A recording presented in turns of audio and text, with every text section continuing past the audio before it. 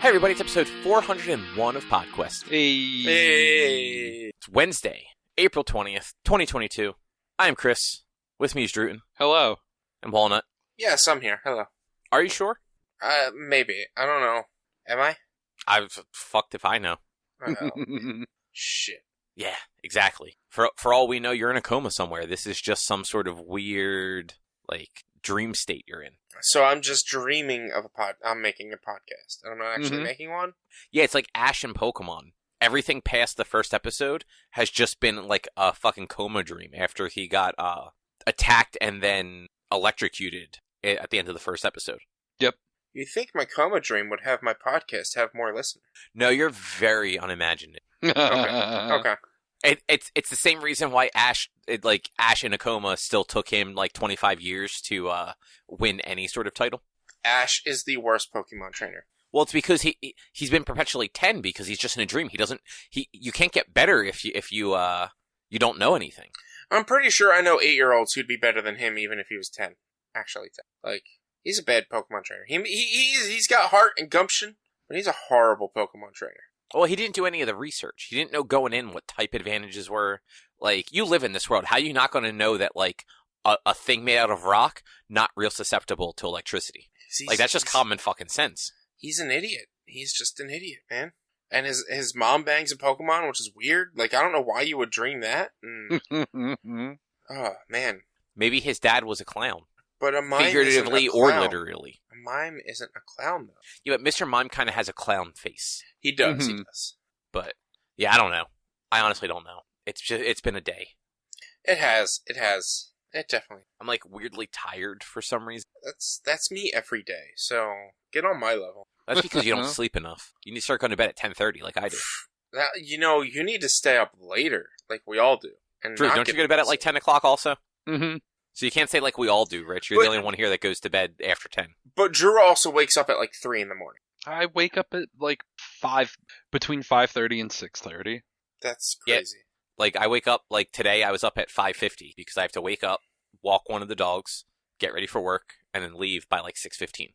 You see, 6:15, 6:30. But you see, here you go. You're 10 to 6. I'm 12 to 8. So it's the same. We get the same amount of sleep. Yeah, but see, I go up at 10, but I don't fall asleep till probably 11:30, 12. I have the worst time falling asleep. I'm a very light sleeper and a very bad sleeper. I used to be a very heavy sleeper. It's within the past couple months I've become a much lighter sleeper. Yeah, no, I'm the opposite of a light sleeper. The slightest thing will wake me up, and it generally, even when I'm exhausted, it takes me forever to actually fall asleep. Mm-hmm. That's why I go up at 10, because, even if I were to go up at 12, then it's 1:30 that I'm finally falling asleep. I don't know what that life is like. Must be nice. I don't. I've always been like that, though. Unless I am, at the point where I'm actually just falling asleep already, it's never, quick for me to fall asleep. Yeah, I've had few nights where it's I can't sleep, no matter what I try, but most of the time, when I go to bed, it's because I'm tired and falling asleep, and I can fall right to sleep. It's generally why I don't go to bed till midnight, because that's when I'm actually starting to fall asleep.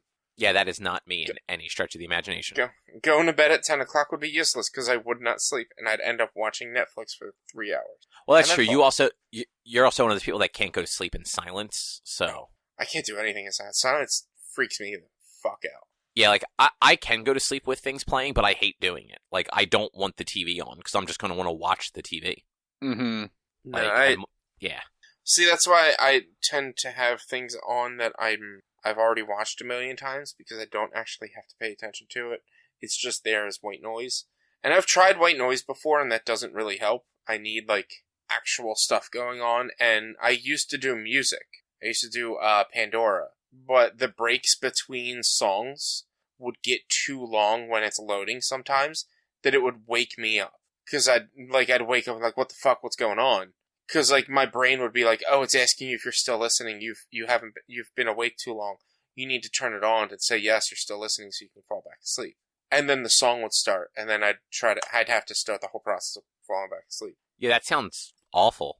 Now, if you just went to sleep with no sound, that wouldn't have been a problem. But I can't. That freaks me out. No sound. I used to think my problem was darkness. Like, I used to be afraid of the dark. It's not being afraid of the dark. It's being... There is, like, an actual phobia, and it's not as much a phobia, but it does give me anxiety, so I guess it kind of is a phobia. But you are afraid of being left alone with your own mortality. I'm afraid of deep silence. And, like, there are, like, acoustic rooms where you can walk in and you can hear your heartbeat. That's how quiet it is and how well it's done. If I were to walk into those rooms, I'd probably maybe only last a minute or two before I'd be like, I gotta get out of here. Well, that sounds like a new stream goal for you.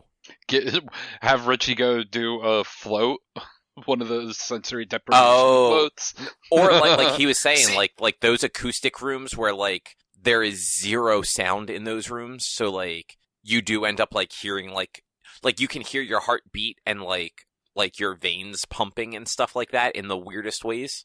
You just go in there with like a GoPro or like your cell phone recording you, and then post it to your and like watch it on Twitch with your chat later. Yeah, I mean, the I don't 30 know. seconds before you freak out and run out of the room screaming with your hands in the air.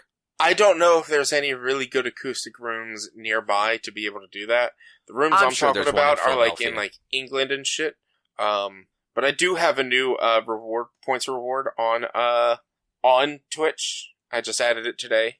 I'm just gonna tell you the initials, and you're gonna have to come check out my Twitch, twitch.tv/we_walnuts, find out what it is.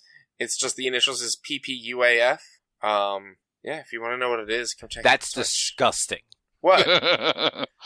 I'm not. What? That is against terms of services. No, it's not. PPUAF has nothing to be against terms of service. I don't know. Why don't you tell us what it is, and then we'll make the decision on that. I mean, you have to come check out my stream and redeem the point rewards, or Yeah, just that's never click gonna happen. or just click the button for the point rewards. That's absolutely never going to happen. No, I know it's not going to happen because we had somebody on this podcast who came to watch my stream and then complained about ads. And then when I told him he could use his Amazon Prime account to subscribe for a month and not get ads, he didn't do it. I've already used it. You said you didn't. You I said, said but what if I already may- used it? And you're like, oh, I didn't. I'm actually not 100% sure if I've used it this month or not. I normally do use it. Yeah, I usually use it on like Twitch streams that I actually like watch that are like during times where like I would watch a Twitch stream. You unfortunately only do it at night, like for obvious reasons, like you're working during the day. And like I'm not watching Twitch streams at like 7, 8 o'clock at night. Like we're watching television at that point. Well, maybe you could just open up your laptop or tablet and just have the Twitch on in the background while you're watching TV. I mean, 2-3 nights a week, just doing that, it feeds my numbers, and you subscribe so that it feeds me it just feeds me, like... No, but I'm not subscribing, so I'm using my Amazon Prime on like Twitch channels I actually watch. Or you could use it on your friend. I know, fine. friend is a tough word, I know. Look, if your content was interesting to me, I would certainly throw you the thing, but like Twitch is aggressive with ads. I'm sure you guys know that. Like it's only aggressive with ads depending on the person, depending on the streamer. No, I don't know. Like if like a streamer has ads and you happen to like have to refresh the page or like reopen the app or something like that on a mobile device, you have to just rewatch the same fucking ad again. Sometimes it doesn't do it, but like it's not consistent with that. So like if there is a stream that like I watch regularly, I throw them the Twitch Prime so that I can just watch their shit without having to deal with those fucking ads. I mean, again, that's dependent on the streamer. You could have it so that entry ads aren't on. I know, but every streamer that has like ad support has entry ads on. Yeah. Like I don't know that I've ever seen one. Games Done Quick, when they are doing their streams, will run like their own baked in ads, and then they will occasionally, like if they're doing a like an equipment reset, they will run like midstream ads. But I don't know, and that's when it's a week long like 24/7 stream. But like I don't know anyone else that I watch at least or have ever watched that does like midstream ads. It's always like pre-roll. I have ads once an hour. Oh, what an absolute asshole. Right? I'm streaming for 3 hours or more. Just let me get that little bit of revenue from you, from you guys. Okay, that 3 cents per million views. Like, let me get that. Like, I can even go and show you my analytics, or not. I'm not going to show you my analytics, but I can go into my analytics right now. And for March, I believe I did the math, or not did the math. Like, you can just pull it right up. Let's go into the creator dashboard, channel analytics, March 2020 revenue, and ad revenue with once an hour for, I believe I have it set for 30 seconds, once an hour. Yeah. $3.23 for the entire month of March. Okay, so I got $20, just under $20 in subs. No, I got $20 in subs and gifted subs, both Prime and non. And then I made $3 in ads, and I made just under $3 in cheering in bits. So it's like, let me just, if you're not gonna sub, let me get that 2 cents off you. But see, that's why I don't want to watch your stream, because of these fucking ads. Look, my biggest problem right now is I want, they don't tell me when the ads are going to be. They're supposed to tell me. That's frustrating. They're supposed to tell me. I have it set to, like, notify me when an ad is going to happen.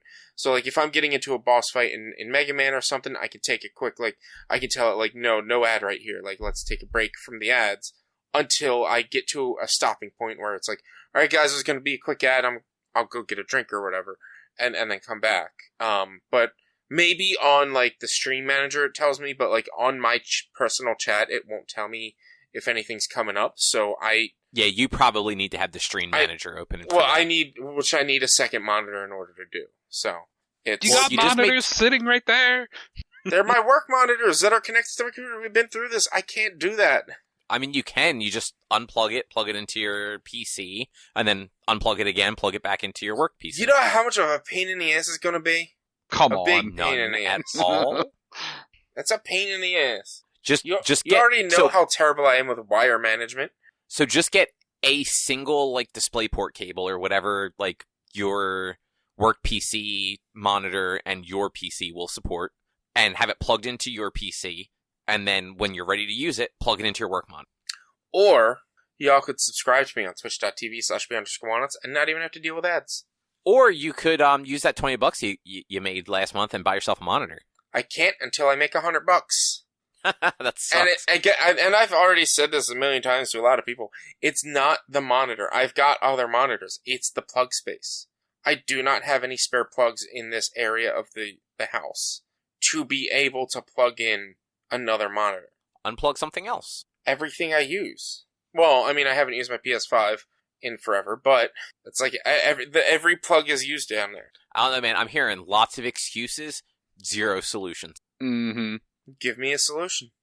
We did. Not a pain in the ass. You gave me all of the reasons why they weren't solutions. If I don't have anything to unplug, and I'm not going to be swapping out those every time I stream, 3-4 times a week, even more. Depending. It takes 30 seconds. That's still a pain in the ass with how my setup is. 30 seconds or not, it's still a pain. It's going to be a pain. Plus, I told you I wake up at 8 o'clock when I'm supposed to be clocked in. So having to fight at 8 o'clock in the morning as I'm groggy as hell to plug my work computer back in, because I ain't going to fucking remember to do that at night. It's start going to bed at a proper time, get up early so you can shower and get all prepped for your work day. I work from home. Who fucking showers in the morning if they work from home? I take the afternoon shower now, man. Afternoon showers where it's at. Yeah, no, I take afternoon showers also. Do both. You work from home. Shower on company time. I do. That's why I wait to clock in and then I shower. In the afternoon, when all my work is done. I mean, that is the way to do it. And then I take a shit as well, because, taking too many showers is bad for your skin. Yeah. Yeah, I don't want to take 2 showers a day. That's too much. Unless, like, I needed to. Like, if I, like, did something and was dirty and, like, needed another one. Yeah, which is generally why you just wait until you're done doing whatever you're doing to get the shower. Yeah, like, shit happens. I mean, if you're, like, literally stepping in shit, yeah, it happens. Yeah, I mean... And Rich, like, judging by how lazy we just discovered you were that you can't just unplug and replug a cable, like, who knows? Maybe you just shit your pants all day. Maybe you need 2 showers. Look, sometimes I get in the middle of something like watching Midnight, and the urge happens, and I'm just like, you know what? I'll just let it happen. That's why I take the afternoon shower. So You're just like a toddler. Like, you don't know what that feeling is, so you just kind of let it happen, and all of a sudden you're just sitting in a pile of your own waste. Yeah, I mean, anytime you hear me on stream, like, Chase, Jesus Christ, I'm not actually mad at Chase. Like, I had shit myself, and I was just still sitting in it during stream. You call yourself Chase. Yeah. I blame it on the dog, but it's actually me. Yeah, no, that tracks. We've been talking about nonsense for like 20 minutes. You guys want to actually get started? Nah. No. I mean, look, when it comes to our first topic, this is pretty much how it's going to be with that movie. So, like, gotta get people used to nonsense. Well, Rich, what's on the agenda? So a trailer. I think this was a stealth release for this trailer. I don't think they've mentioned anything about it. For the next Thor movie, Thor Love and Thunder, was released on Monday or Tuesday. Cobb, you watched The Witcher. I played the new game coming out from, I believe it's Asteroid Labs, but it's published by Goblin Studios, Terraformers, that they sent us a copy for, and so I got to play it. Talk about that. I showed these guys a bit about it. And then, Cobb, you played some Chrono Cross Radical Dreamers edition that we're going to get into. But I guess we should just start with Thor, right? I mean, that seems like the logical jumping on point, since that was the first thing on the agenda, right? No, I think let's go backwards. Guys, a reminder for book club. We're watching Teenage Mutant Ninja Turtles 1 and 2 next week. And you're just going to make everything more confusing for me later on with the with timestamps, and I don't appreciate it. So, Kyle, tell us about. No, we'll do Thor. So you guys both watched the Thor trailer, right? Yeah. Yes, I did. Like, that was a decent trailer. Like, it's close to when the movie launches, and Rich, you're right. Like, there was nothing that I saw that, like, it was like, we knew a trailer had to be coming because the movie comes out in July, but like, I don't think there was that build up the way they have been doing for trailers the last 10 years. I'll be 100% honest. I didn't even realize the movie was coming out in July. I thought it was a late movie, a late season, so like a fall movie. I didn't realize it was a summer. Moved around a couple of times, but it's been like a July release for a while. Because are they still doing 3 movies this year, or is it just Doctor Strange and Thor? Well, Spider-Man was last year. Yeah, right? So I mean, it's Spider-Man Doctor Strange, Thor, and I think there's one more. I can't remember. I'm looking it up real quick. And they have the Miss Marvel series is the only other thing I can think of. No, Black Panther comes in November. Oh wow, Black Panther! And Shit, then man. Early next year, so February 2023. We're getting 3 movies in 2023, actually. Also, assuming they all stick. The Marvels, so like the Captain Marvel sequel is February. Guardians Volume 3 is May. And Ant-Man and the Wasp is July. So they're actually, assuming they don't move those at all, they're kind of like, they're kind of jamming those 3 movies all up in the, like the first half of 2023 versus like this year where it's like a May movie, a July movie, a November movie. They used to put them all up front though. I remember it being February, May, and July. I think, I have a feeling it was Captain Marvel was February. Captain Marvel is definitely 2019 was an odd one because you had Captain Marvel came out in March because they had to have that out before Endgame. Yeah. And then we had Endgame in April and then Far From Home in July. But Endgame was supposed to be May, but they decided just to release it 2 weeks early. Yeah. So yeah, March. Yeah, so they used to front load the year or most of the year with the movies and then have us wait 6 months again. So it seems like they're getting back to their normal schedule. Well, I mean, like you had Iron Man 3 and Thor 2 both came out May in November. And then you had Guardians Volume 2 was May, Spider-Man Homecoming was July, Thor Ragnarok was November. So like it seems like they kind of alternate. Like some years it's like kind of front loaded in like spring and summer. And then other years, they kind of have them spaced out a little bit throughout the year. So you get a little bit more, like, you're not just getting bombarded with the movies all the time. Like, there's a little bit of space between them. But as far as the Thor Love and Thunder trailer goes, I thought that was a fun trailer. Yeah. Honestly, it's kind of exactly what I was expecting for this movie. Yeah. I agree. Yeah, like, I'm not expecting a major superhero blockbuster type thing with this. I'm expecting some sort of silly, wonky thing that they showed, and it seems like they're kind of pushing into a coming of age tale for fucking Thor. Yeah. Which, you know what? That makes sense with everything that he's gone through, with the loss of his entire fucking family and his people. Like, he now needs to become the true king of Asgard.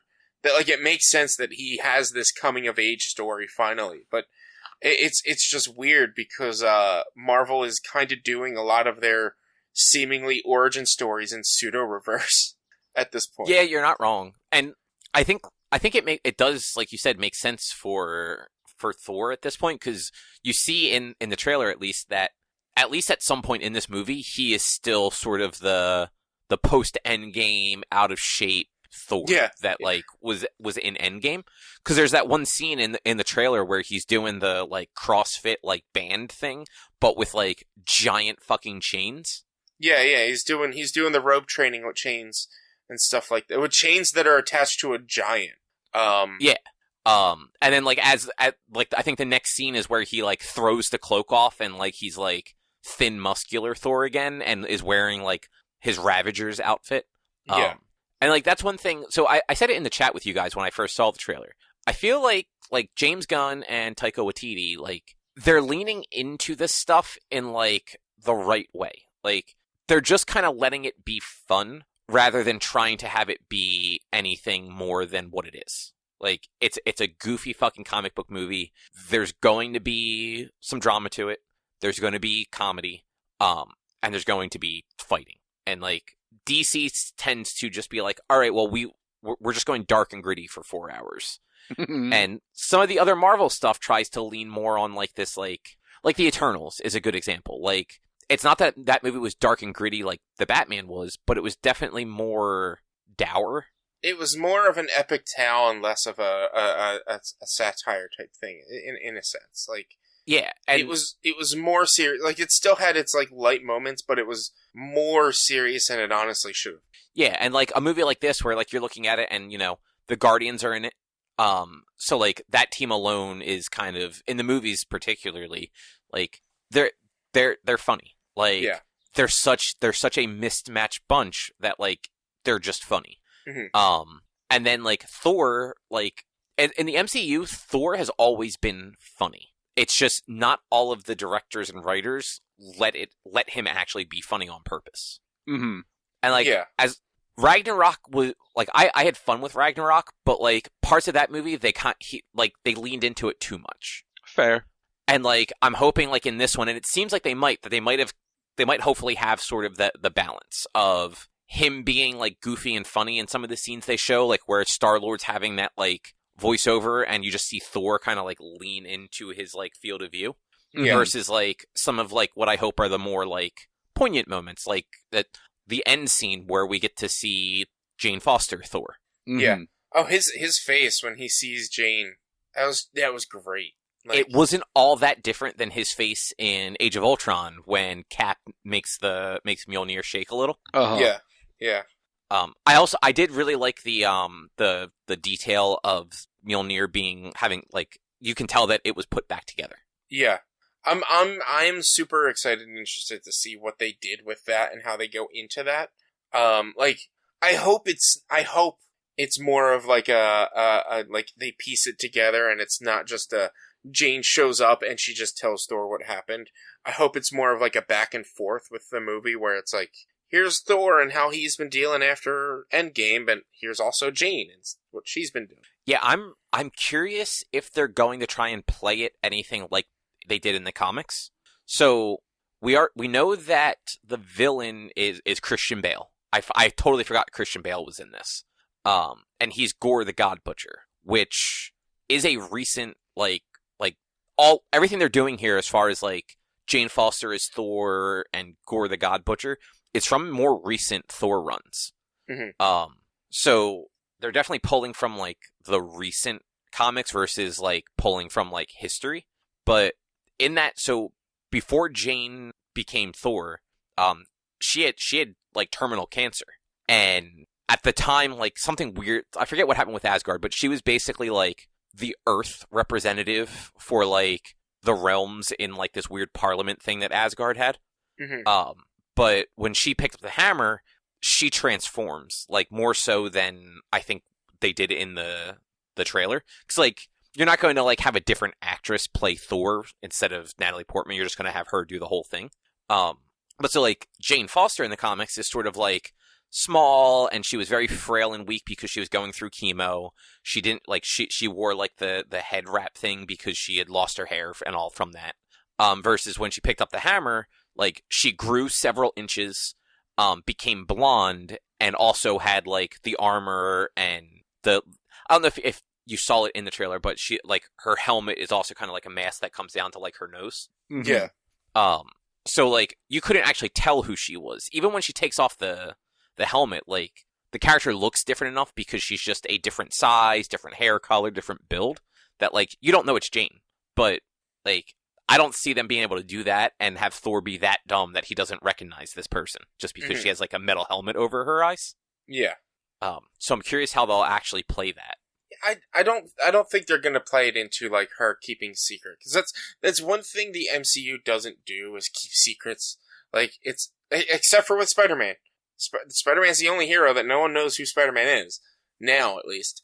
But like MCU doesn't keep secrets. MCU doesn't hide things from true players. So it's like either Jane is going to immediately show that she's Jane, or Thor's going to pick it up right away, or within like the first half hour of her showing up, or potentially last half hour, depending on when it is she shows up.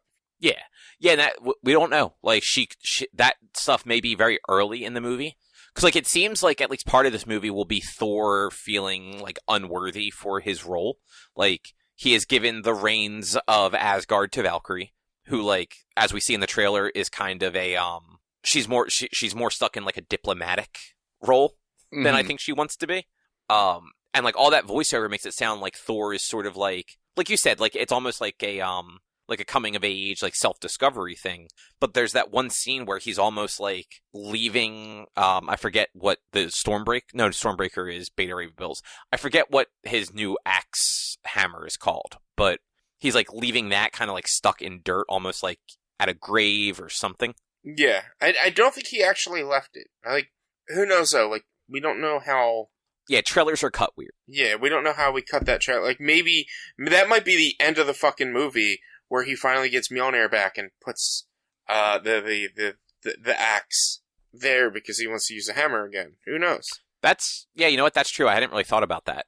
But yeah, I'm curious to see how they lean into all this, because like I know like the way they wrapped up the comic stuff with Jane and with the God Butcher was eventually everyone finds out that Jane is Thor. And to defeat the God Butcher, she actually sends him with Mjolnir into the sun, and kind of both things are destroyed, at least for a time.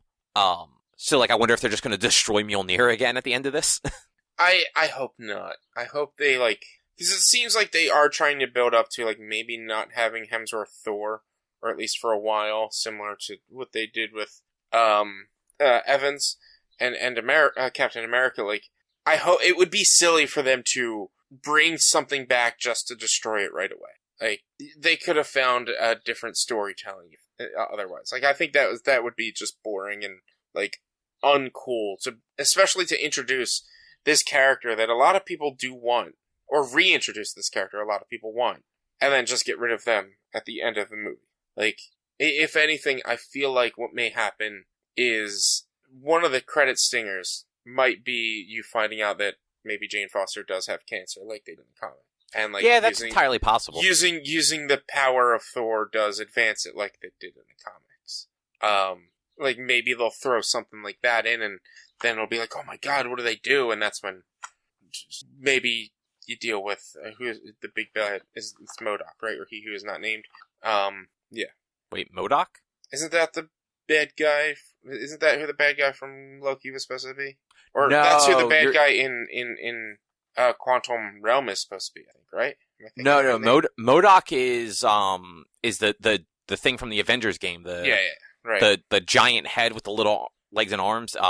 It's like a mechanical organism designed only for killing or something like that is what he stands for. Yeah. But no, in the Loki show, it was Kang the Conqueror. That guy was supposed to be. Or that variation of him was, I think, supposed to be Immortus, which is like a older version of Kang, basically. Yeah. So I think I think everything has come out to say that the big bad, the Infinity War type villain that they're going to be dealing with is Kang over the course of the next couple of phases. Yeah, you know what? That's entirely possible. I was actually just double checking. It looks like they're actually going to. I don't know if it's canon or not, but it looks like they might be giving Jane Thor again, making her Thor again. Mm-hmm. In the comics, because in June, Jane Foster and Mighty Thor comes out, and the little blurb for it is Mjolnir comes crashing through her apartment window. Right now, so this might be a movie tie-in sort of bullshit, but in the comics, she is a Valkyrie. I think she is the Valkyrie, and Thor just had to destroy Mjolnir again. Mm-hmm. I don't think there's been another issue to wrap that up yet, but Mjolnir basically became sentient and started killing things. Okay. So the idea behind Mjolnir, the reason it's so powerful, is Odin harnessed a living storm in space and then had the dwarves seal it inside this hammer made of Uru or however you say it, this super hard to work with metal that only these dwarves can use. Yeah. So, literally there is a raging sentient storm alive in Mjolnir constantly, and it gets free and starts murdering people. It's weird. Comics are weird. Yeah, they sure are. They are. But yeah, the Thor trailer was definitely... Go check it out, especially if you're a fan of this stuff, and let us know what you think of it. I see a lot of people online were hating on Taika Waititi about it for one reason or another, or maybe just generally hating on him for one reason, for just something stupid. I don't really know. But dude, let us know what you think. Yeah. I genuinely, at this point, I think I'd rather just have Waititi and James Gunn just keep making the stupid superhero movies, because at least they're fun, goofy popcorn movies. That's all I really need out of these. I don't need these deep introspective films. I would love to see Deadpool 3 directed by Waititi and James Gunn. That would be interesting. Though I think Gunn at least definitely does better with a team dynamic. I don't know how he would do with just a single character, but that's also because he's done the 2 Guardians and Suicide Squad. Yeah, we've only known him for those. Yeah, and even in Peacemaker, it's an ensemble. Yes, Peacemaker is the main character, but there's half a dozen other main characters that share the screen with him the entire series. Yeah. Mm-hmm. But yeah, July. We'll see how Thor is in July. I hope they don't release 17 more fucking trailers. Like they're doing with fucking Doctor Strange. Yeah, exactly. And the word, dude, and they're now on VOD. So if we're watching a VOD thing that we're behind on, I have to see the same commercial 4 fucking times throughout the course of an episode. Mm-hmm. Literally every day I log on to YouTube to watch whatever I'm gonna watch, there's a new Doctor Strange trailer. I'm just come on, guys. This is the reason why it was fully leaked that there was going to be other combatants, and the end fight in Spider-Man No Way Home is because all of these different fucking trailers. Stop releasing so many goddamn trailers. Yeah. I understand, it's the marketing and all, but, there's got to be a better way than releasing new 2-minute trailers every other week leading up to a movie. Mm-hmm. You're fucking Marvel. You could say, hey, here's a piece of shit. People are going to go watch it, and you only need to show it once. That's not, I don't think that many people went to see, what was that movie? The Eternals, the one we were just talking about before. So, no. Yeah, but, any movie released in the last 2 years, you gotta cut them a the break box office fucking is irrelevant. Yeah.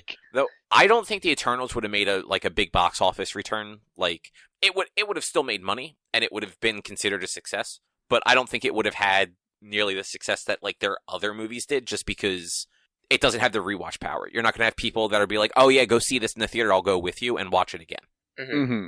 Yeah, Whereas, it like, is. It's some definitely... dude spent $3,000 to see Spider-Man No Way Home 292 times in the theaters. Why? He got the Guinness World Record for it. He's also from Florida. That doesn't Good explain for them. Why. Like, why would you...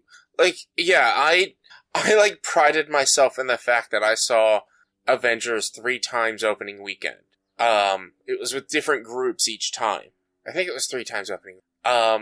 And I think in total I saw it like 4 or 5 times in total in theaters. But like, honestly, more than twice, and you're an idiot. And I was an idiot for seeing it 5 fucking times in theaters. Yep. 292 times. That's stupid. That's stupid. Yep. No. Like, he literally just spent days in the theater. Mm-hmm. Oh, absolutely. But you know what? Like, it's his money, and now he's in the Guinness World Record. So Yeah, and what's that get him? Nothing. no, absolutely not. But like, you know what? He can paste that page on like his wall or some shit like that, I'm sure. Yeah. Mm-hmm. He's gonna become the next big streamer, and he's gonna have it right on his backdrop. I'm the guy who watched Spider-Man 200 times in theaters, and I'm the greatest guy ever, and then he's gonna just have some very terrible, shitty takes because he's from Florida, and he'll steal your 3 viewers, and he'll drop back down to 0. yeah, he'll steal my 145 followers, and if everyone will want to go watch this guy with shitty takes, instead of like anything else that's actually legitimate and better than it. If it was just about shitty takes, Rich, you'd have all the followers. No. I don't have shitty takes. I don't. Okay. So, did either of you end up watching the 2nd season of The Witcher? I haven't even watched the first, so...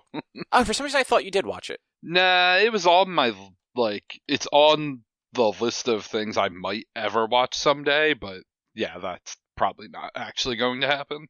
Rich, Yeah, did you? No, I wasn't all super thrilled about the first season. Like, I thought at the end of it all it was good and decent, but like when the 2nd season came out, I'm just like, all right, I'll get to it at some point. Yeah, So, that like, was kind of how we were. Yeah. Like, I just kind of kept forgetting it was there. Mm-hmm. But we ended up watching. It's only 8 episodes. So we watched it over the last mostly over the weekend, and then like finished it up over the last couple of days. The 2nd season was a lot better than the first. I don't know how much you remember the first season, but it was non-linear. So it was honestly a little hard to follow the story because it like every episode was a different time period, and you had to wait for some sort of fucking context clue to kind of figure out when it might be taking place. Yeah, and it wasn't even necessarily like in the same time. Like, it wasn't a straightforward timeline. Like episode 1 was like near the end of the timeline. Episode 2 was like way in the beginning before even episode 3, or like but maybe after episode 3. Like, it wasn't a straightforward timeline either. It was just like there were decades between episodes in some cases, and it was back and forth, like 30 years towards the present, 40 years in the past, like just all over the place. Because you're both the first season you were seeing the origin of Yennefer. You were kind of like learning about Geralt, and then also seeing like the whole thing with like Ciri and her family and stuff like that, which like all of that drastically different periods of time that like it's all happening. The 2nd season, it's all pretty much linear. Like, it picks up from where the first season leaves off with Geralt and Ciri kind of finding each other in the woods, and goes from there. Occasionally there's like talk about the past. I think there's a couple of flashbacks here and there, but like nothing where it's like a whole episode where it's like, oh yeah, this whole episode is 20 years ago. Yeah. But we're not going to tell you that. You're just going to have to figure it out because like a few characters are going to meet that like don't know each other yet. And like overall, like it was easier to follow. I don't really there's nothing in the first season that really stands out to me as like a good action sequence, other than in one of the first episodes, he ends up killing a bunch of people in a town. And I forget if they were like possessed or something, but like he's basically getting attacked by like 4 or 5 people, and he just one by one takes them all out. And it's kind of like that. That's kind of like the thing that sets it up. Is like, oh, so like he's a good fighter. But in this season, it's like they're constantly like fighting like giant weird monsters, and special effects and stuff actually look really good especially for like a Netflix series. They definitely put money into the budget for this show. Mhm.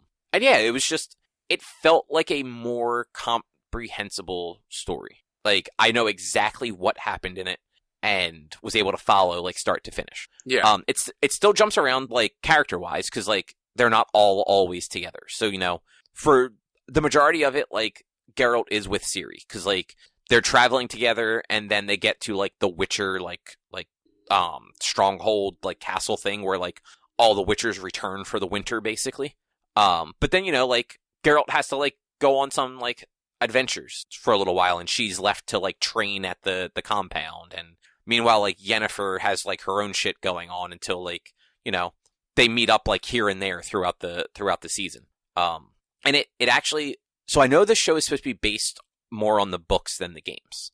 And the games are loosely based on the books from what I've gathered. Like it's not like any game is about any one particular book or story. But I think the way that season 2 ended is setting up for like what the main plot of the third game followed. Cause like there's mention of like the Wild Hunt, and like Ciri seems to be coming into like the abilities she has that are like supernatural but not Witcher, because she can't be a Witcher. Mhm. So like it's interesting, and like they did a good job with it, and I'm more interested to watch season 3 when it actually comes out versus like running out of other things to watch and be like, oh right, I never watched Witcher season 2, like let's throw that on and see how it is. Mhm. So yeah, it's a good time. We're worth the 8 hours it takes to get through season 2 if you've already seen season 1. Yeah, I heard better things for this season. Like I said, it's just one of those things that I was like, I'll get to it eventually. At some point, I'll get to it. And I'll probably try to sit down and watch it in the next couple of weeks or so, because it was also, like you said, it came out and then I forgot about it. And it also came out right around the time where you were also trying to play catch up on most of the CW stuff, because like it came out in like mid-December. Mm-hmm. And you were like actively trying to get through all the CW stuff so that you didn't have to wait till everything ended again. Yeah. But yeah, so that's The Witcher. I liked it, I guess. Yeah. Yeah. It's like it sounds like exactly what I was like sort of expecting to happen from this season, which is why I don't really have a lot of like questions or I'm too curious about, because like I don't know. Like I said, the first season I was just meh about. Like by the end it was good, but I literally had to watch like the second episode 2 times, because the first time I was watching it in the middle of the fucking day, I was falling asleep. That's how bored I was with that episode. And that's the whole because episode. You don't get enough sleep. No, it was a boring fucking episode. Like that's the episode where you learn about Yennefer and nothing happens. Like it's just nothing happens. Yeah, like that. I remember finishing the first season and being like, oh yeah, that was good. Like I enjoyed that. But then a year later, or two, like however long it's been, because I forget if that was a 2020 show, I think, or was that a 2019? If it was 2020, it was very early 2020, because I remember telling somebody I worked with about. So it was probably very early 2020 or very late 2019. It was late 2019. It came out December 20th, 2019. Yeah. So like it had been a while since the first season, but like I remember finishing the first season and being like, oh, that was a good show. I enjoyed that. But then like by the time the second season was around, it was like I don't remember anything like particularly interesting about the first season. Mm-hmm. Like I remember like Geralt was done well, good job to that, but everything else was just like the story was hard to follow and nothing really stood out. And like this season, I feel like next year or the year after, whenever season 3 happens, I'll be like, oh yeah, I remember all this. I remember like them mentioning the Wild Hunt and the weird shit that happened at the end of the season, and the fun dynamic between Yennefer and Jasker or Dandelion. I don't know how to say his fucking Swedish name. Just say the bard. Well, it's Dandelion in the games. Like yeah. His name translates to Dandelion. So in the games, like for Americans, he's just named Dandelion. Really? Yeah. Oh, wow. Yeah, like that's literally what his name apparently translates to, from what I understand. Okay. He's fun though. I like that guy. And yeah. They had him and and Yennefer have a very, like, antagonistic relationship, and not even, like, one of those ones where, like, they're obviously friends, but, like, they just kind of, like, bicker. Like, they don't seem to actually like each other at all, but they also know that they're kind of, like, on the same side of things, so they don't necessarily want to see the other person, like, have harm done to them. Yeah. They kind of had that dynamic a little bit in the first season. It was more of the, like, Jaskier or Dandelion did not trust her at all anytime she was around. But, he dealt with her because Geralt was there and Geralt was dealing with her. So yeah. And that's more or less, like, what happens in this one, too. And it's just, like, they get kind of thrust together because, like, Yennefer's kind of on her own at the beginning, and Geralt left Jaskier. So, like, he was also on his own. And, like, so they just kind of get thrust into a, like, all right, well, I guess we have to help each other get from, like, point A to point B. But, like, neither of us want to. Yeah. Mm-hmm. But I guess, Rich, how about you talk a little bit about this Terraformers game? Yeah, so we got access to the game Terraformers. I wanted to do more for the game, but unfortunately I didn't get access to it until Saturday, so it was very late. Didn't really have a lot of time to put anything together, but I did play it for a handful of hours. And it is exceedingly fine. Like, it's not a bad game. It's definitely not a bad game, but it's also, my biggest problem with it is that it doesn't, it's not unique enough to stand out because of the style of game that it is. So it's Terraformers. It's a game where you're terraforming Mars, and that is a big interest in a lot of people, and it's honestly a big, like, what's the word that I'm trying to find? Like, a lot of people try to make games like that. I own 3 now that are just about terraforming Mars. One's literally called Terraforming Mars. Mm-hmm. And it's based off, it's a game created from Asmodee, which is based off the board game Terraforming Mars.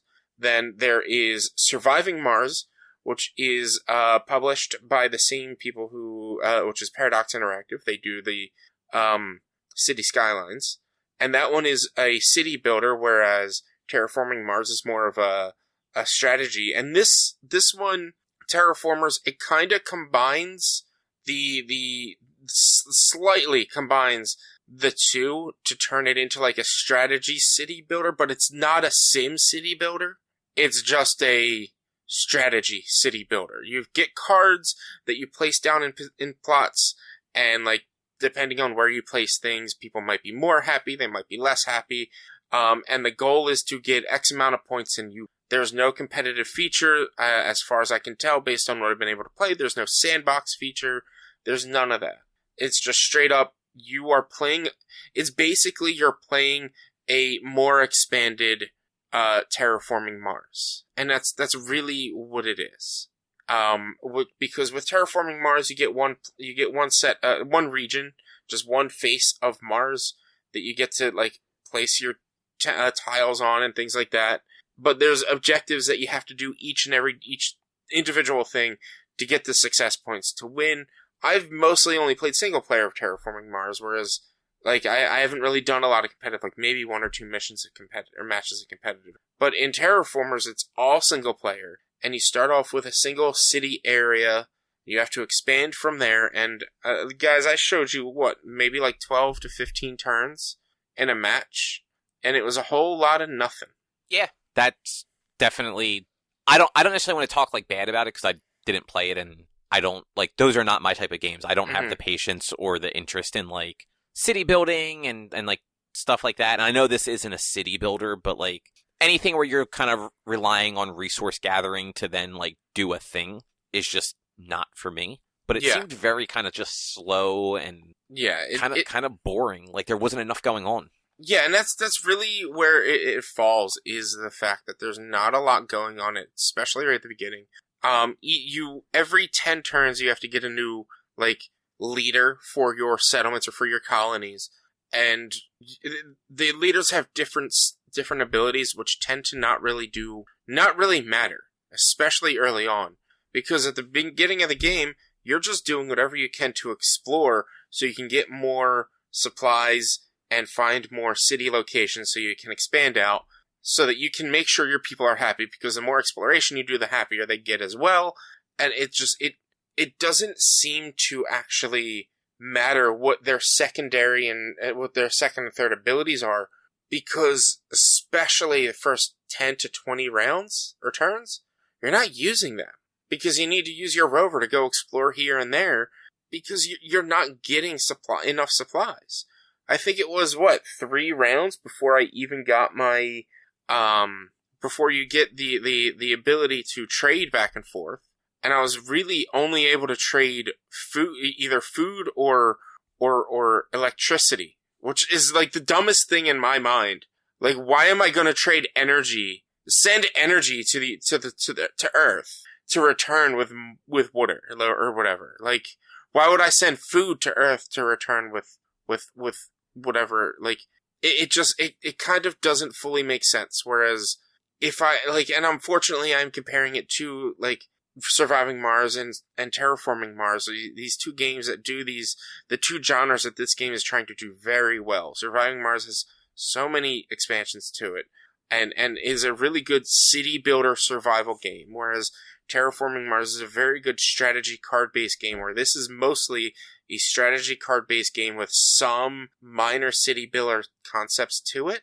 And it's just like, because this game is single player only, I would honestly prefer to play Surviving Mars over this, or Terraforming Mars over this.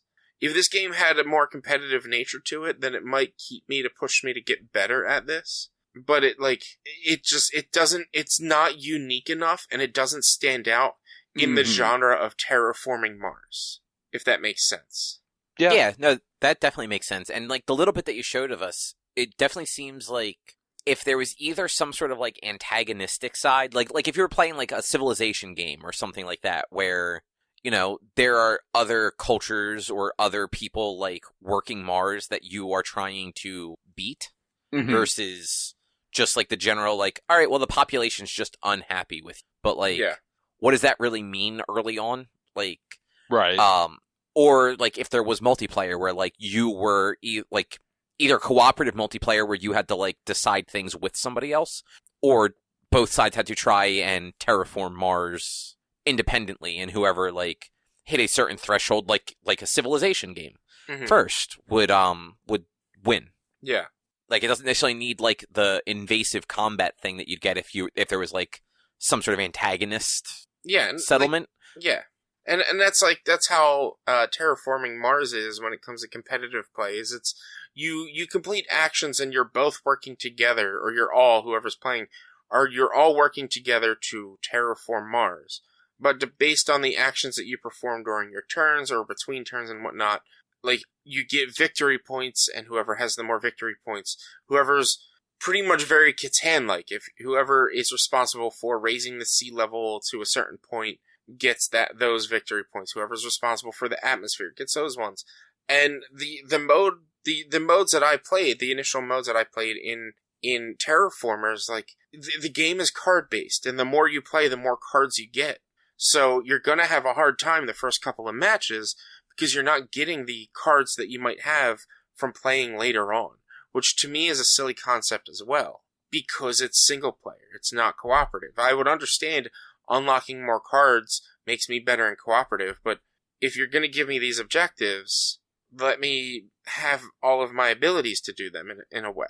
Because it's also a card game, so it's random what comes to me. And at the beginning of the game, you're getting generally the same 3 to 5 cards, but as the turn order gets higher, the turn numbers get higher, you're getting more and more advanced cards because you have more mining capabilities and more resources. Like, I played 3 matches of this game. I won 1.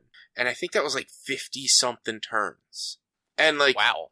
Yeah, I had over 1,500 happiness with my population, because I learned in the 2 matches, like, you need to worry about happiness. If you're not worrying about happiness, you're fucked. Because if your happiness starts to decline, like, you guys saw, I had a few notifications, like, that people aren't happy and your happiness dropped. Like, if you can start getting that every turn. If the people aren't happy, if you're not considering how to bring your happiness up. And even with everything I had done in my one city, with getting I think I was getting like plus 20 something happiness per city or support per turn. They still weren't happy, which means either I wasn't expanding fast enough, like to other cities, or I might not have been getting things, but the things that I wasn't getting were because I weren't getting the cards. Mm-hmm. So now I'm being punished because of random. Yeah, that doesn't seem. Yeah, it's yeah. Great. Like I don't want it to sound like I'm shitting on this game. Like it can be fun if you don't already have Surviving Mars or Terraforming Mars, and you are interested in these survival type games. Definitely get it. If you have one of the two but you don't have both, you'll probably like this one. But for someone like me, who I'm very much more interested in the city builder aspect, this game doesn't really stand out to me because it's not a city builder, but it has those city builder features that, like, I'm kind of interested in, but I'd much rather go play the city builder about Terraforming Mars. And like, if I'm going to pick up a card game or play a card game, I'm going to play one that I can play against people, because that's just kind of where I sit with card games. I've talked about how much I didn't like the what's it called? The Kingdom Hearts card game, because it was a fucking card game. But like, at least in that one, you got to build your deck, and same in Back 4 Blood, you get to build your deck. But in this, you don't get to build a deck. You don't get to decide what cards come to you. But as you, quote, level up and progress and play more matches or more game modes, I guess. I don't really know what to call them. As the more you play this game, the more cards you unlock, but they're not necessarily cards that you can use right away, and you may never use them. I unlocked, like, the train station. And when I was reading what the train station does, it made no fucking sense. So I never grabbed it. I'm like, if I were making my deck, I would not have this train station on here. So now we're wasting a spot with this train station anytime I get it on a turn. Huh. Okay. Yeah, like, I don't know. It definitely seems like the game has some interesting ideas for, like, that type of game. Mm-hmm. But like you said, it's sort of been done better elsewhere. Yeah. And, like, this game doesn't seem to have, like, the thing that sets it apart, or that makes it, like, gives it something different. Yeah. To differentiate itself from the others. Yeah, absolutely. And if, like, I'm sure, maybe, because there are modes that I can't even get into because I haven't played enough. Maybe some of the other, like, game modes down below, underneath the one that I was showing you, like, maybe those might be a little bit different, a little bit better, with a little bit of different play style or strategy-wise. But if I have to play, and, like, this is kind of how I am with Hades, like, if I have to play 30 hours of this game that isn't very interesting to me to start, to get to the interesting part, then I'm not really interested in the interesting. Yeah, exactly. But, you know, like, at least if people don't have other games of this, like, type that, like, do the same thing, at least this is one that, like, you know, if you're into that sort of gameplay, like the card-based, because those were technically, like, cards, right? They 100% they're cards. Like, this game could definitely be a board game, but the only problem is it's global. It's not a 2D space. It's a global space, so, like, it works better, obviously, as a video game. Yeah, and it looks like it actually comes out tomorrow or today if you're listening to this. It should be the 20th, actually. No. Our embargo is the 20th. Okay. Like, the embargo to talk about the game is the 20th. Okay. So like, the game releases tomorrow. Yeah. So if anybody who's listening to this, if you want to, like, I'm actually jumping onto Twitch after we're done recording to play. If you want to see my playthrough, I'm probably only going to do like an hour or hour and a half or so. It's going to be a quick stream. If you want to see me playing through this, you can go check my VOD on Twitch. I would have posted I already did post on our Twitters and Instagrams that I was playing this tonight. So if you want to check my VOD and see actually what it's like, check out my Twitch, and you'll get a good idea of what it's going to be like. But I'm super appreciative of getting the opportunity to play this game, and I wish I enjoyed it more, but it's not entirely what I would want in a game of this style. Mm-hmm. Yeah, no, that definitely makes sense. Unfortunately, it doesn't look like they have a price listed yet on Steam, so I'm not sure what the cost of the game will be. Yeah, it's not. It doesn't look like it's going to show a price until tomorrow. I'm looking at it already. You can actually they have like a free prologue you can download in a demo as well. So, but yeah, it doesn't. There's no price listed for it yet. Which, like, I understand like why games do that, but still kind of a bummer. Yeah. Honestly, if the game is, I'll be 100% honest, and it was Guerrilla Publishing or Asteroid Labs. If you're listening to this, I'm sorry, but like if the game's more than $30, I'd probably say it might not really be worth it. Yeah, I mean, these things happen.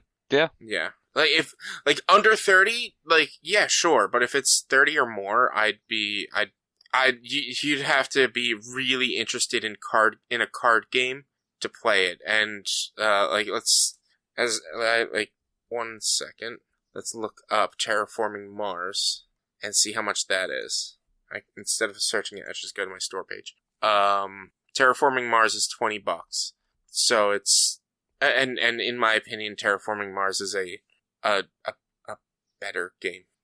You know what? Like, I feel like Terraforming Mars also has a little bit more like name recognition. Yeah, Terraforming Mars, they could probably get away with selling this for 25 to 30, and it would I'd say probably still not 30 for Terraforming Mars, but 25 is definitely a fair price for Terraforming Mars. I don't know. I figured they could, in theory, get away with selling it for even more than that. Like, the board game is like $50. Well, that's because it's a board game. Sure, but still, like, You're not paying to play the game, you're paying for all the pieces in the board game. Whereas this is it's a digital version of the board game. I mean, I'm saying 40 would not be like an unreasonable price. No, in my opinion. No. And Surviving Mars is 40 at the moment. No, 30. The digital deluxe version with all the DLC, or not even all the DLC. All the DLC is like $100 for Surviving Mars. That's insane. That's Paradox. They yeah. put out shitloads of DLC for their games. Well, it's because it's a city builder, and so they constantly update it. They constantly add more things. So Surviving Mars has been out since 2018, and they have 10 DLC packs or 10 DLC things for it. Which the most recent, one of them is a radio station. The most recent looks like it came out in 2021. So like it had, they constantly update it with new stuff. But yeah, like you said, that's how Paradox works. Like City Skylines, I paid $90 for, and that was the second time I paid for everything, because the first time I paid $60 for it. That's a lot. That's a lot for a game. Yeah, but it was I had it on PC, and then I wanted to start using mods and shit. Or no, I had it on PS5, and it was on sale for all the content for like $40 or $60 or something. Oh, I do remember you doing this now. And I always forget you got everything. Yeah, so I bought it, and it was on a really good sale, and then I wanted to start trying the game with mods and using mods, and they don't have it on PS5, and it went on sale for under $100 for everything. So I bought it again on PC. Technically, I own that game 3 times because it was free on the Epic Store as well once. So, like, I own it on Epic, I own it on Steam, and I own it on the PlayStation. And the new DLC that they released, like, 2 months ago, I think, the airports, I haven't even built an airport yet. I bought the DLC, and I have been using the DLC because I'm on the map that I use on stream is one of the DLC maps. But I actually haven't gotten around to building an airport yet, because I feel like I need like a big city to make it worthwhile to build an airport. Plus the airport needs so much space. So. All right. Well, I guess anything else you want to say about Terraformers before we move along? Do your research on it. If you're interested in this, if you think you'd have fun with it, watch some people play it, see how it might work, and do your research. Don't just listen to one person about this game. But for me, I'd say look into other games, unfortunately. But you might like this one. All right, then. I played a little Chrono Cross. That's an indie game, man. That's like some old school indie game that not a lot of people heard about, right? Honestly, I actually don't know how prominent was Chrono Cross in 1999.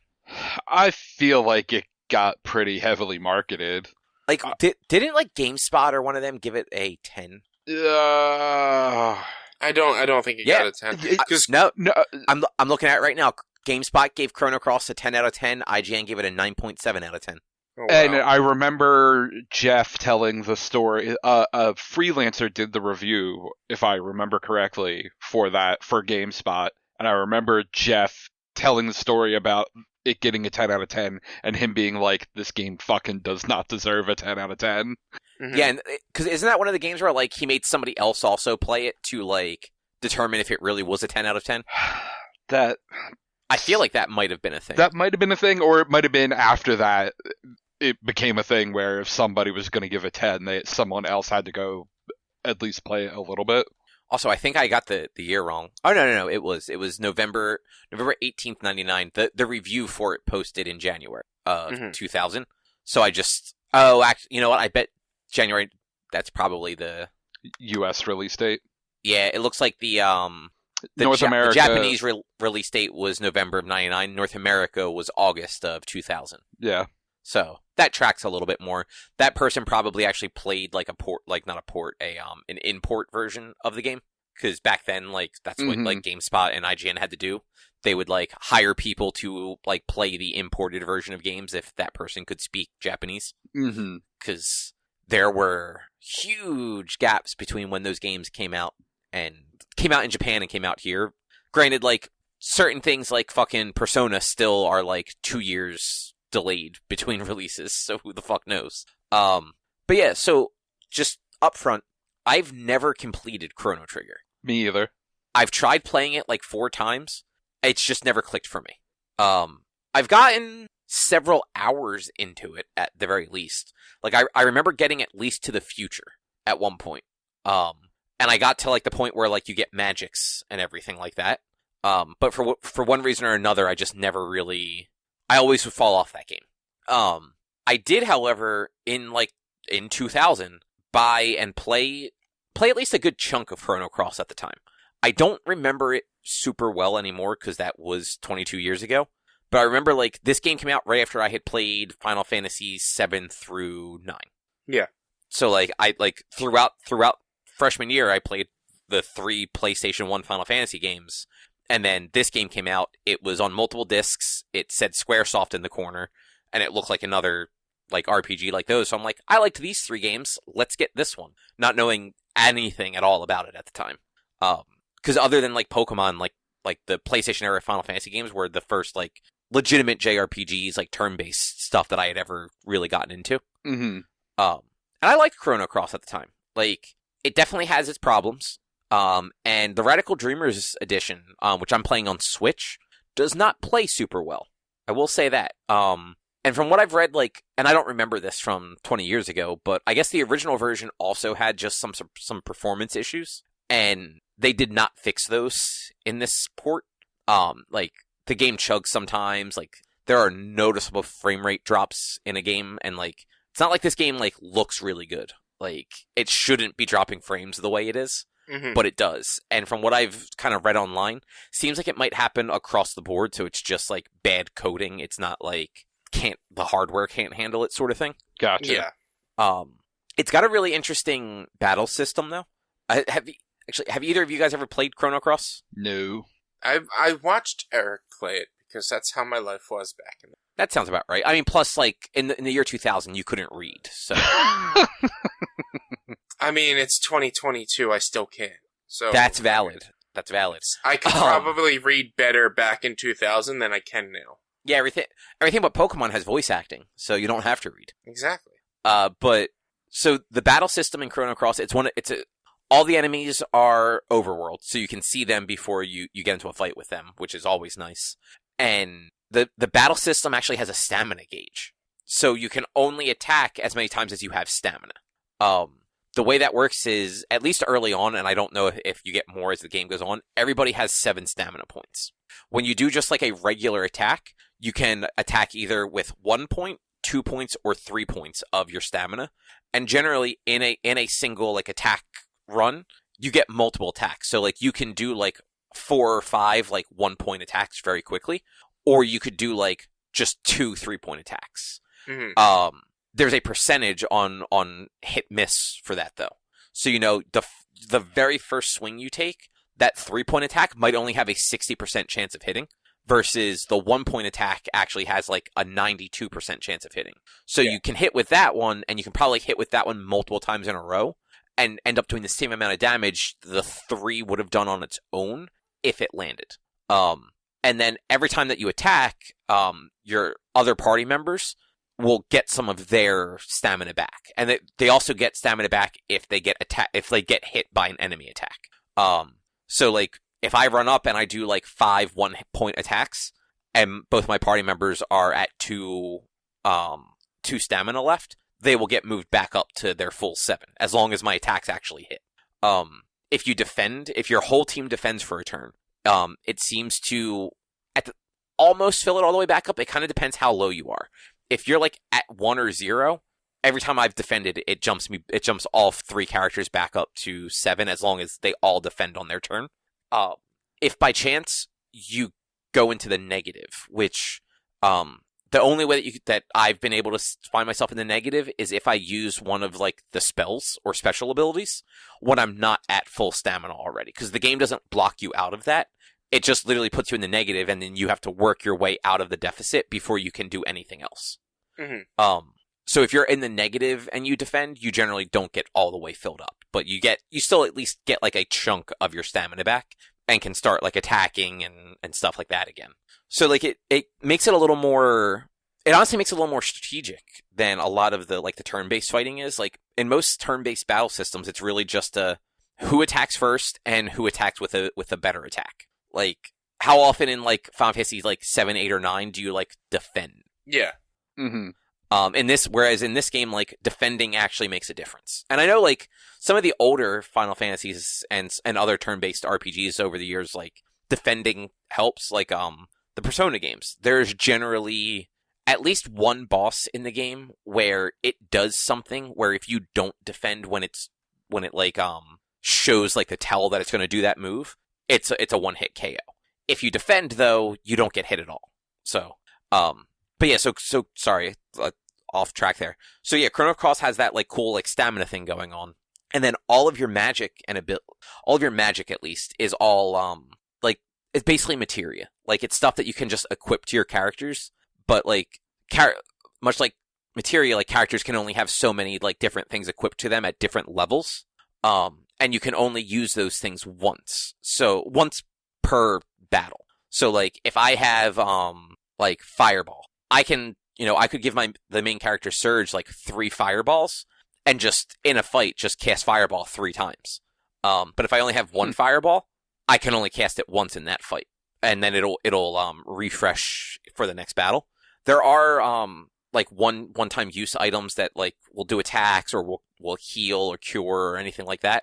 But for the most part, it's like you get a whole bunch of elemental abilities that you can like arrange on your characters how you see fit, but like you have to kind of be strategic about it, because like if you use one, it's one and done for that battle, and depending on the fight, like you might want to hold on to that till later on, maybe when the field is a little cleaner, like you get some of like the trash guys out, so that you know who like the last person is that you can kind of hit with like a 1-person hit essentially.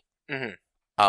And other than that, it's sort of the opposite story concept of Chrono Trigger. So Chrono Trigger was all about time travel. This one is about alternate realities. So like the very beginning of the setup for the game is the main character Surge goes to the beach with like his like childhood best friend, and at some point like falls asleep. And when he wakes up in a different world. And in this world, he died like 10 years prior. He drowned in the ocean. So in this world, like he doesn't actually exist. But there are people that like are hunting him because they know he's there and he shouldn't be. And every once in a while you'll like talk to somebody who's like a psychic or like spiritual person, and they'll be like, "Oh, you don't belong here, do you?" Like weird shit like that. But like as you're playing, like you recruit a whole bunch of characters. And it's one of those games where you cannot recruit all of the characters in a single playthrough. There are very specific like scenarios to get certain people. So like the main female protagonist, Kid, who's like the blonde with like the red like jacket and white shirt that's on like the cover of the game. She is the first one that you have the opportunity to recruit. And she basically shows up, helps you beat some guys, and then goes like, well, why don't we travel together? And if you accept that, she just joins you, that's that. If you decline, you actually have a chance to recruit like your childhood best friend from this alternate world. And then later on, you could potentially get Kid in your party. If you actually don't recruit her again later, though, there are 2 other powerful characters that you have a potential to recruit. Whereas if you do recruit her at the later point, you can't ever get those 2 characters. So there's a lot of like, do this and you can't do that going on. Which makes it kind of interesting because it gives it a little bit of replayability, because if you want to see like all the characters and all the possible like interactions and storylines, you do have to play it more than once. And I think like even there's like, I think if I remember, I can't remember if you said this, like there's like 10 different endings or something like that. Yeah, the game definitely has multiple endings. I don't know how many, and it does kind of depend, I think, on what characters you get and how much of the game you've done. Mm-hmm. Because yeah, like if you don't get Kid at all, then an ending, like you're not going to have an ending with her in it, for instance. Yeah. But so far, I am early enough in the game that like I haven't started jumping between worlds yet. Like I know at some point you just like you kind of like bounce between them fairly regularly, because that's just, you have to go to one world to get a thing to bring back to the other world and all that sort of stuff. Mm-hmm. I will say this game does a terrible fucking job of leading you. So like it's very much just like in the text they will mention a thing and then you're just kind of on your own to fucking figure out what to do. Yeah. So like I actually in this Radical Dreamers edition, kind of like they've done with the like the Final Fantasy ports over the last few years, they have those like life upgrades. So, you know, you can speed the game up or slow it down. You can turn off random encounters. You can basically turn on like invincibility with just like the click of buttons. And you can actually turn on auto battle. So like I've actually a few times where I've just gotten stuck in like a trash fight, I just turn on auto battle and just kind of let it do its thing. Cause it's like, I'm not going to waste my time like figuring out like what element to use. I'm just going to let them attack these little blobs until they're dead. And the game sort of after every fight, the game basically gives you the opportunity to automatically heal your characters with or without consumable items. So like you can do heal my characters as much as you can without consumable items, or fully heal my characters and use consumable items. Mm-hmm. So you don't have to really keep track of like health and stuff like that between battles. That's but cool. Like, can you choose to not do either? Oh yeah. If you don't want to heal your characters, like if their health is like low but not low enough that you give a fuck, you can just hit like don't do anything. Mm-hmm. But generally, like doing the non-consumable stuff literally doesn't hurt anything. Like you're not losing anything by doing that. So like I just do that every time if I need to, because why the fuck not? Mm-hmm. But I think at one point I've been swapping back and forth between like speeding the game up to like move around and then slowing it back down for like dialogue and stuff like that. And I think I must have accidentally hit the trigger that speeds it up during a dialogue and missed something, because I'm supposed to save Kid right now and had no fucking clue what to do. Like they're basically like, you need this thing from a Hydra, but Hydras are extinct, so like fuck all. And I looked it up, and apparently like this is the point where I have to go back to the beach where I fell asleep and use an item, and that item will then take me back to my world where Hydras aren't extinct yet. Mm-hmm. But like either they don't tell you that and you're just supposed to stumble across it, or I just missed that in like the big kind of exposition dump that the this like chieftain guy just gave me. Yeah. But other than that, like it is interesting, like seeing like the difference in the two worlds and interacting. You can kind of tell when there are characters that are potentially recruitable versus just like normal NPCs. Because like your normal NPCs just look generic and they don't have names generally or anything like that. And then when it's characters that are either going to be important to the plot or potentially recruitable, they almost always stand out. Like they look different than everybody else and they have a name. Mm-hmm. So they're either going to be recruitable or a bad guy is kind of like how it ends up seeming. Because even some of the people that like have names in like villages that are like just important NPCs don't look all that different from the other NPCs around them. They just happen to have a name when they talk. So far, like I'm probably 5 or 6 hours into it. And from what I saw online, it's like just the story is like 35 to 40, I believe. So like I'm not super far into it, but enough that like the combat's interesting. Being able to kind of like speed up and slow down and everything helps a bit, but it's kind of janky. Like if I'm while the combat's interesting, the button input is very delayed. So like it's actually easier if you're not using elements to just have auto attack on until you want to use an element, because like I'll hit like A to like pick like what level attack I want to do, and sometimes I'd hit it like 2 or 3 times before it actually accepts the input. Mm-hmm.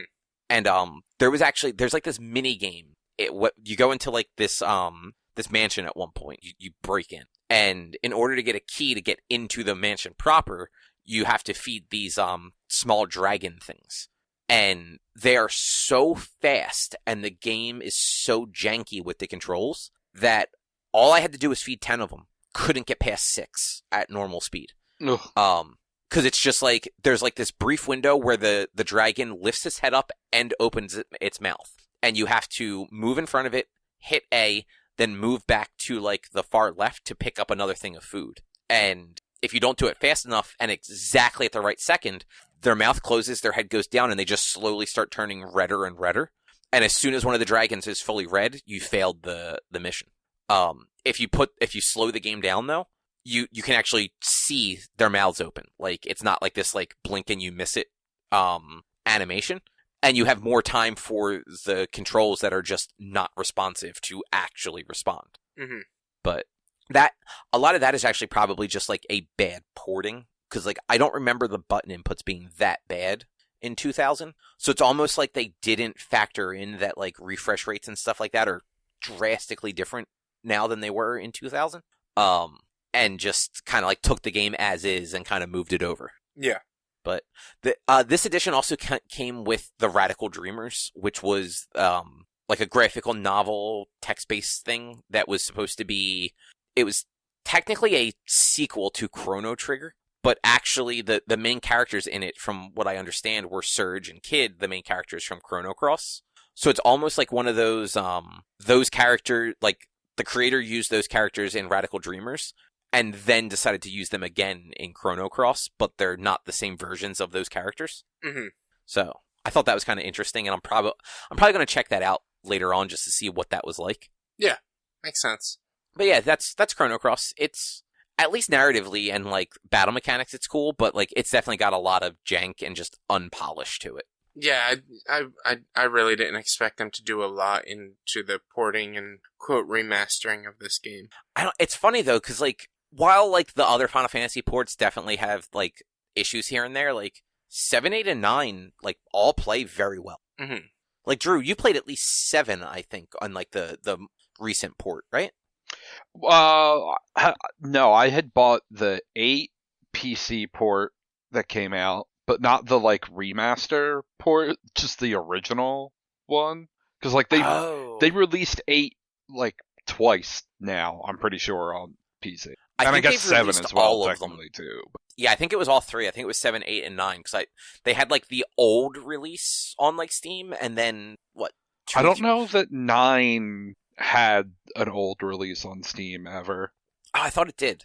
But yeah, either way, like they got that like HD remaster release for all 3 of them. Yeah.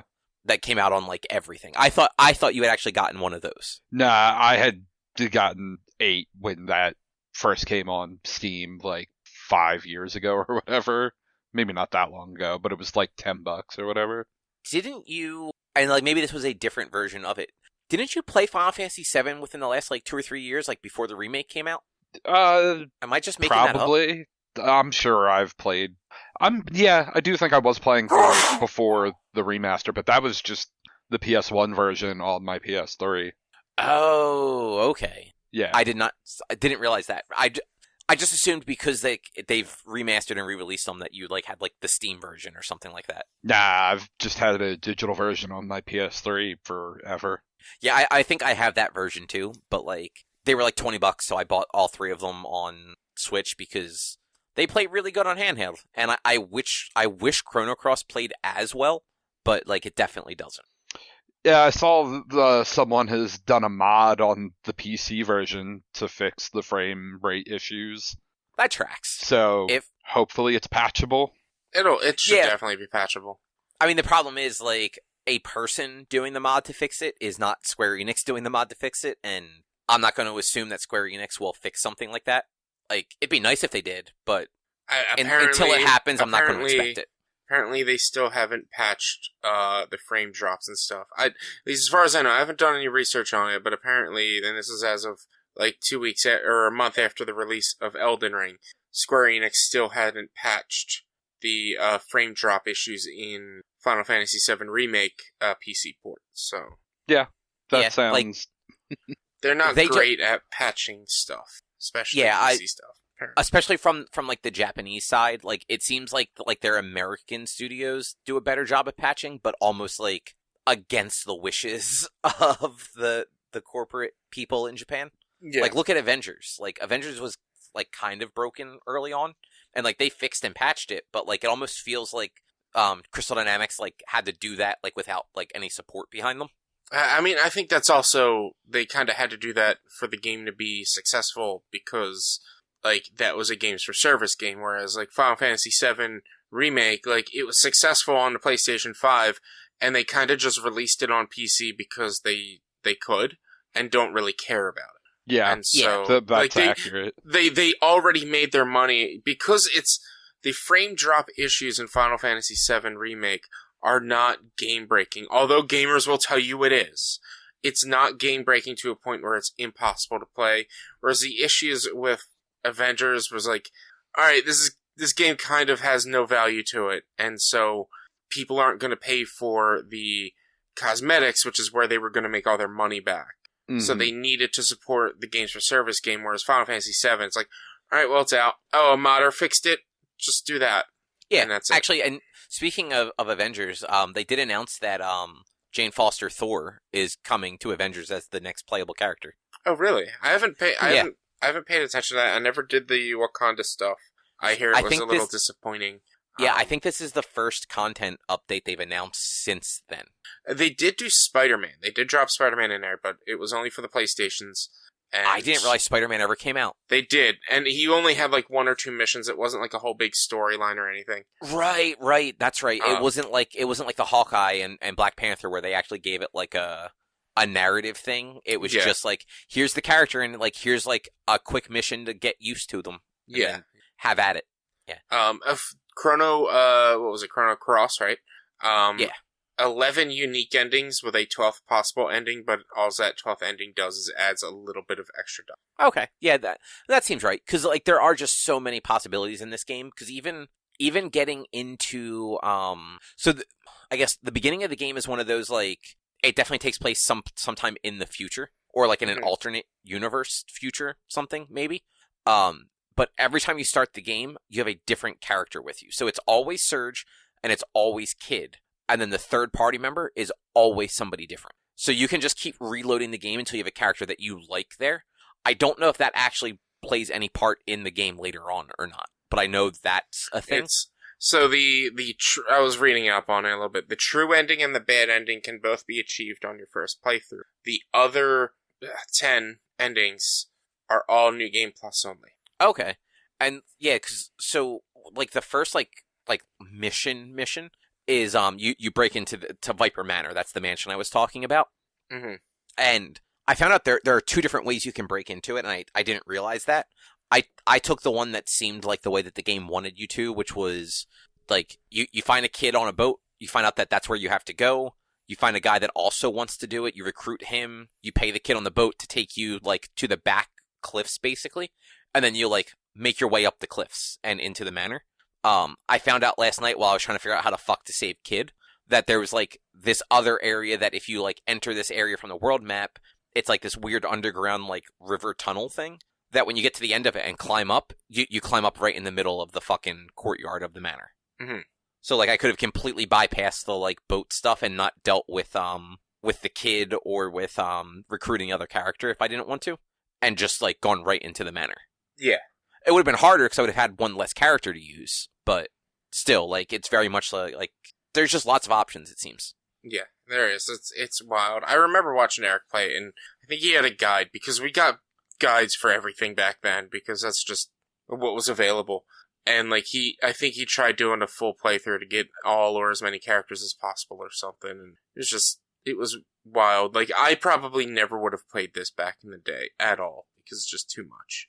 And even now, I don't think I'll ever play it. Yeah, at least in the version that is available right now, like if it's not like a thing that you want to dump the time into, it's not worth the $20. Like, it's just too janky at the moment. If they patch it and like get it stable, then like that's a different story. Because like I said, the combat system's interesting and is more complex than your normal turn-based RPGs are. Yeah, and like the story seems interesting and like there are so many options, but it just doesn't play well. Mm-hmm. But I think that's it for Chrono Cross. Do either of you have anything else you want to talk about? No, I don't think so. Kind of over Elden Ring. Because you never got good? No. The other, I fought Radahan, who is they make such a theatric about this boss. Radahan, I think it is. And this is gonna be quick, but like I've been kind of feeling down on Elden Ring for a few weeks. Took last week off of playing it because I was just like, I wasn't really feeling it. And then this past week I played on stream, and I went after Radahan, who's at the very southern part of Caelid. And they make a big theatric about this boss, where it's like, there's the festival of something, I can't remember, going on, and all the heroes in the realm come, and you can speak with, Alexander the Pot Guy, or you can speak with, the Wolf Man, or you can speak with a bunch of them, and it's like, oh, we're gonna go and fight Radahan and defeat him once and for all. He's killed battalions, and he fought Melania, and like they make this whole big thing about him, and then you go in and like you have to watch this whole exposition about him, watch a little FMV or whatever you want to call them, little movie, like 2 to 3 minute movie about him, and then you go down this elevator and there's a portal that takes you across to the other side of the water, and once you get there, throughout the entire battlefield, there's a bunch of summoning things that you can summon all the warriors that were in the castle. And so you can run and grab them, and this boss is this huge big boss. And he uses, like, arrows that can take out, like, half your health in one hit that they kind of home. So you gotta time your dodges right. Then other arrows that, like, smash down on you. And I actually run up to him, and the fight takes less than 3 minutes. A minute and a half of that was me running to him. The other minute and a half was me killing him and taking him down to, down to zero. Like, there was more time wasted getting to the boss and waiting for the theatrics of the boss than there was actually fighting the boss. And that kind of just killed the game for me. Because this is supposed to be one of the hardest bosses and one of the hardest enemies in the realm and blah, blah, blah, and Melania couldn't even stand up to him, and he's supposed to be epic. And I face rolled him. I didn't even try. And that sounds like you're just trying to brag No, now. I hated it. Look, guys, I got good.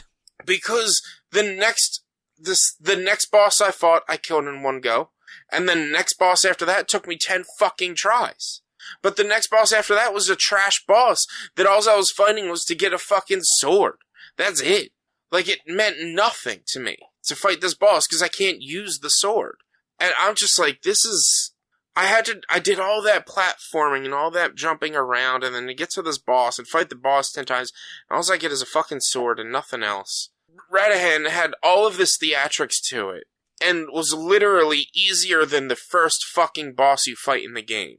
And I'm just like, this kind of kills this game for me. Because, like, I've always been half and half. Like, I started to enjoy it, but, like, these From Software style of game creation does not work in open world.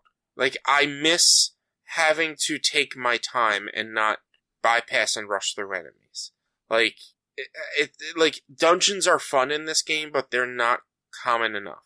The running around in an open world just doesn't really work with the From Software playstyle. And I'm just like, I want to just beat the game. And so, in a couple of weeks, I'm really just going to focus on beating it and just play nothing else until I beat that. And then get it done so I can play other stuff. Because I want it done. I don't want to have to come back to this, 6 months down the line I just want to finish it. Well, why? I mean, like, if you're not having fun with it, why even finish it? I mean, it's not as much that I'm not having fun with it, as much as it's just, like, there are aspects to it that are too frustrating and aspects to it that don't make sense. And there could be a lot done to make this game a little bit more entertaining. And, like, I know this is probably a, somebody in one of my Discords calls it, like, a casual take, like a casual player, a casual game or whatever. But, like, give me a fucking quest list. Give me quest markers. That would make this game a lot better. Yeah, that's... The open world thing is cool, but, like, not having any directive at all makes it just... It does make it kind of frustrating. Like, I have a quest where you go talk to this woman, Rainey. She's the witch. She gives you the bell to do the summoning, right? And then you eventually meet her in her towers. She's like, help me and my crew do these quests, and so we can do this or whatever. I don't even know why I'm doing these quests, because I don't have a quest, like, description or a quest box that I can read to understand what's going on. But she's like, help Wolf Guy and help this guy and help that guy. Alright, so I go talk to that guy, I go talk to Wolf Guy, and their quests are like, meet me here, meet me there. Sure, I can do that, but there's no quest marker, so where do I actually fucking meet you? I go to meet up with Wolf Guy, he's not where he said he would be. So what the fuck? And then eventually I get to the festival. He's like, oh, sorry we missed each other down where we were supposed to meet, but we'll see each other next time. What the fuck? But the one quest, you go talk to him and he's like, we're trying to heal the world of the plague or blah, blah, blah. I need you to go give this vaccine to a woman who's sick. All right, sure. Let's talk again. That's the end of the conversation. Hit the button to talk to them again. Have you delivered the vaccine to the woman who's sick? You have to go find her. Okay. Let's talk again. Maybe you'll give me... No, go look for the woman who... Where's the fucking woman who's sick? I don't know! And there's no marker. I'm just like... I it is getting to the point where I might just, like, bypass a lot of the bosses at this point and just go to the end. But, like, I want to experience Melania. I want to experience some of the more difficult bosses. But it's just such a letdown when that boss was just so easy. Like, why was that boss so easy? And, like, it was a bummer, more so than anything else. Well, on, like, a slightly more, like, positive note for Elden Ring, have you guys seen, like, that goofy, let me solo her thing? No, I have not. So there is somebody. I think is Melania supposed to be like that one boss that's just insanely hard? She's very difficult. When she hits you, she heals herself. Okay, yeah. So I've heard a bunch of people talk about that one. So you know how, like, you can summon other players into your game to, like, help on bosses. Yeah. So there's a player who I guess, like, has himself flagged for that fight. And when you summon him and, like, he shows up in your game, his display name is Let Me Solo Her. He is wearing nothing but, like, the loincloth and a pot over his head and wielding, I want to say, 2 katanas. Okay. And solos her every time. Mm-hmm. Like, just doesn't take a lick of damage and just destroys her for whoever, like, summoned him. And, like, that person just kind of has to hang out against the wall so they don't get in the way. Yeah. It's 2 katanas, dual-wielding katanas is the meta right now. It's just super powerful. But it's just, it's very funny that, like, that's what this person is doing. Mm-hmm. And then there's somebody else who apparently started doing the reverse thing. Their name is Let Her Solo Me. With the same exact, like, character setup. And I guess they just get destroyed as soon as they go in there. Like, they don't even, like, fight back. Yeah. That wouldn't shock me. So, yeah. I thought it was amusing. Yeah. And there's a lot of weird stuff. There's, let's see, the speed runs are below 30 minutes. There is a level 1 all bosses speed run completed in a half hour. Or not in a half hour, in 3 hours. And I think I just saw a no damage speed run completed in just over 3 hours. Nice. Oh, yeah, the speed run record is below 7 minutes now. Jesus Christ. Yeah, that's insane.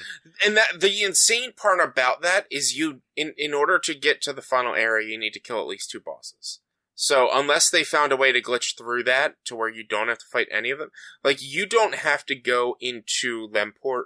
the first city you get to, you can just walk right around it. Literally walk around it, not even fight Godric, not even fight Margit. You just walk around it. That's funny. The first paragraph on this says that they're using zip glitches and they can skip right from the beginning of the game to Stormvale Castle, and then another zip to skip pretty much the rest of the game. Yeah.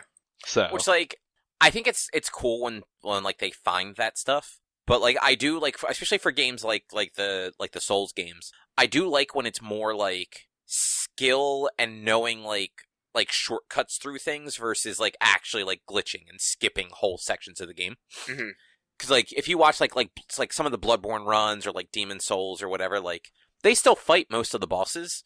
It's just they know the optimal. Shit, sorry, I just spun my mic by mistake. They know the optimal path, and they know exactly like where to stand and what to do for every boss down to like the frame. That like they just get through the game in an incredibly short amount of time. Yes, but also think about it for like these glitch speed runs. They're getting to the end game like super underleveled, and like kill the final boss like at level 1.